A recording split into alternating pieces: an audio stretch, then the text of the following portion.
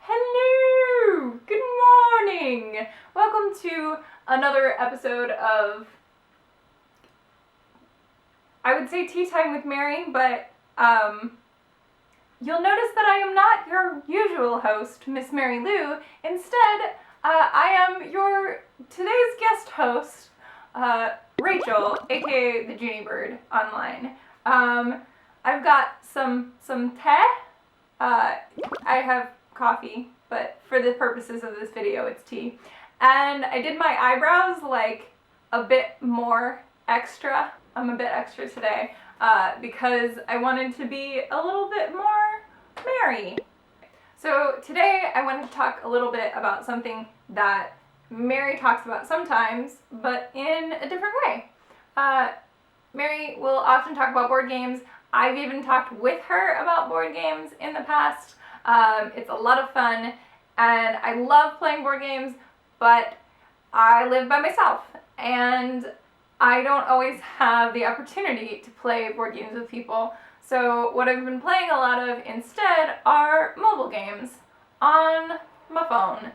So I'm going to talk a little bit about mobile games. Specifically, I'm going to talk about Hogwarts Mystery, because what better to talk about on Mary's channel if I'm talking about mobile games than a mobile game about the Harry Potter universe.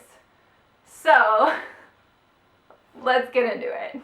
It's tea time with Mary. Hogwarts Mystery is not by any means a new game at this point. It's been around for a little while. I am a huge Harry Potter fan. I read most of the books when I was a kid. I finished some of them in college. I've seen all the movies, most of them multiple times. It's kind of a world that just keeps on giving. There's still new things to discover within the wizarding world. There's still new possibilities and things like that. And most of it is stuff that's like canon and official. And Hogwarts Mystery is kind of a part of that. So if you have not played the game, a little background on how it works. You start the game as a Hogwarts student. You get to choose your name and your gender and kind of, to a certain extent, how you look as well. You also get to choose your Hogwarts house. They don't sort you, you get to choose.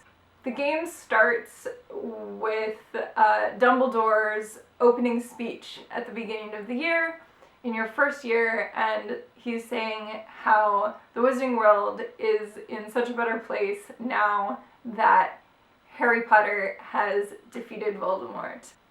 From what I can tell, and from what I've heard from other people who are also playing the game, no matter what you choose, what your name is and what your house is and all that kind of thing, even if you're a boy or a girl, like, it doesn't matter for the story. And while there are lots of things that make me frustrated about this game and the game mechanics, the thing that I really do enjoy is the story. You, as the character playing, whoever you are, have an older brother who went to Hogwarts a few years ago and was expelled. He's since completely fallen off the map. You have no idea where he is. None of your family knows what's going on or what happened to him. Over the course of the story, you find that your brother was searching for cursed vaults that exist within the grounds of Hogwarts. So then, obviously, your mission becomes to find all of the cursed vaults in Hogwarts. There are 7 of them. Surprise! One for each year of school. You as a character get to find friends who will help you break the curses on the vaults and go into them and see what happened to your brother along the way.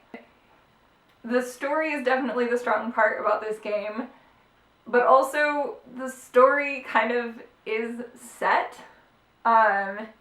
It is somewhat like reading a book instead of playing a game. A lot of times the reasons to play video games is because you do get to choose your own adventure. And this has all the like looks of a choose your own adventure type thing, but you don't actually get to choose your adventure. Kind of like whatever you say doesn't make a huge difference in what happens next.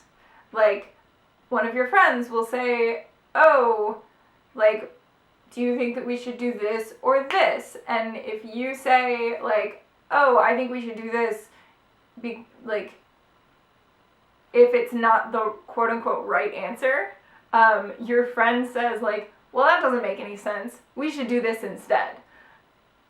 And, like,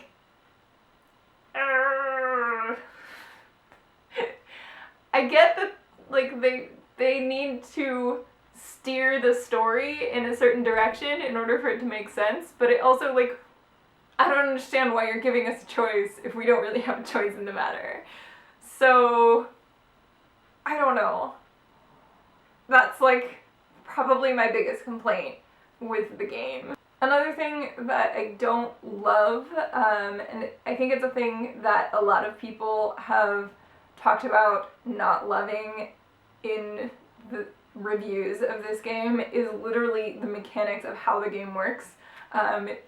It's one of those things where you have to use up energy, and anything that you do pretty much uses a certain amount of energy, and once you run out of energy, you either have to watch an ad to get some more, which doesn't fulfill your energy very high. It's just enough to like boost you over to like finish a task or whatever. Or you can pay money, or you can wait. So there's a lot of waiting in this game. But those like two complaints aside, I have been really, really enjoying the game. Like I said, I really enjoy the story. I also enjoy dueling as a thing. I also like a lot of the customization options. There are lots of different hairstyles to choose from, lots of different outfits and things like that.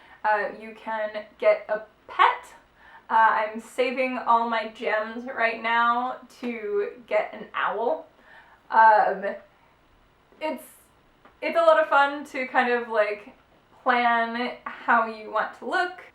Another thing that I've really been liking are all the characters and friends that I'm making. So, like I said, this is set before Harry Potter, but some of the characters that we know from Harry Potter are making appearances in Hogwarts Mystery. So the people who are adults in the world of Harry are in school right now. People like Tonks and Bill Weasley. I'm friends with Charlie Weasley, which is fantastic. And obviously the professors and the adults in the Harry Potter books are still many of the adults that we're seeing at Hogwarts. McGonagall is my head of house. I'm having potions with Snape. I'm friends with Hagrid. I mean, ultimately, is this the be-all, end-all Harry Potter game that everyone should go be investing their time in? Maybe not. But if you're a Harry Potter fan and you want to see some familiar faces and learn more about the Harry Potter universe, then it's a lot of fun. Okay, so that's about all I have for you guys. I hope that you've enjoyed me rambling about Hogwarts Mystery for however long this video winds up being. There will be links to Mary's Patreon down below in the description. There will probably also be links to my YouTube channel and some of my social links. I am the thejuniebird pretty much everywhere online. Oh, and one more thing. In the vein of shameless self-promotion, I am in a choir that is on America's Got Talent this season. So we have made it to the live rounds and we are entering the semifinals. Our episode will be airing September 11th. Please watch and vote for us. You can vote through the AGT app, you can vote by phone, you can vote online. You can vote for us 10 times on each of these different devices. Just watching and bringing the message that we have of unity and diversity to more people in the world. So watch us on America's Got Talent. And thank you guys so much for watching. I hope you have a wonderful day. Bye. It's tea time with Mary.